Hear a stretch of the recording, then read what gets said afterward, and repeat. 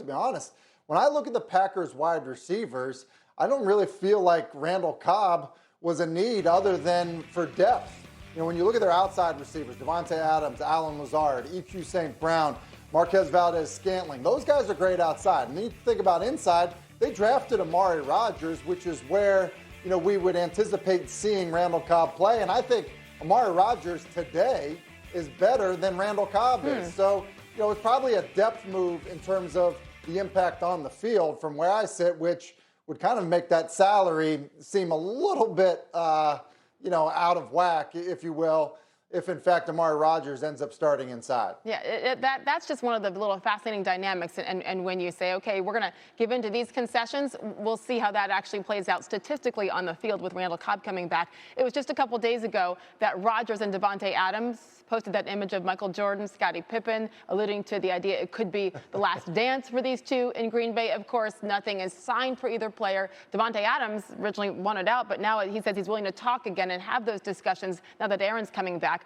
But overall, Tim, what kind of impact could that dynamic between the front office and those two star players have on this season? Well, listen, there's no doubt that the rift between the front office and the star players could have a negative impact on the football team.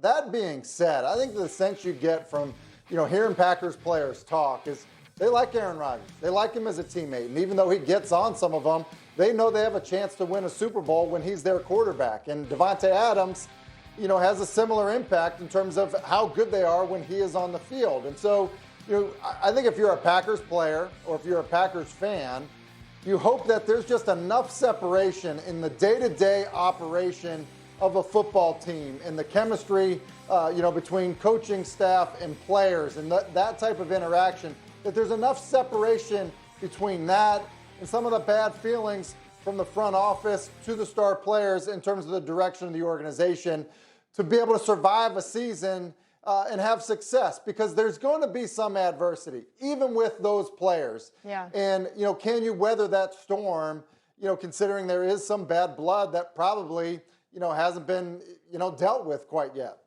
Now more than ever before, the number of eyes that will be on the Green Bay Packers from the management, Aaron Rodgers for sure, more pressure than ever after all of this drama. They have their first preseason game about 2.5 weeks from now. Tim Hasselbeck, thank you. We'll talk to you a little bit later on the show, and more Aaron Rodgers to come as well, because we're going to hear from the Packers quarterback when he meets the media after their first practice of the preseason. We hope that's in the 1 p.m. Eastern time hour.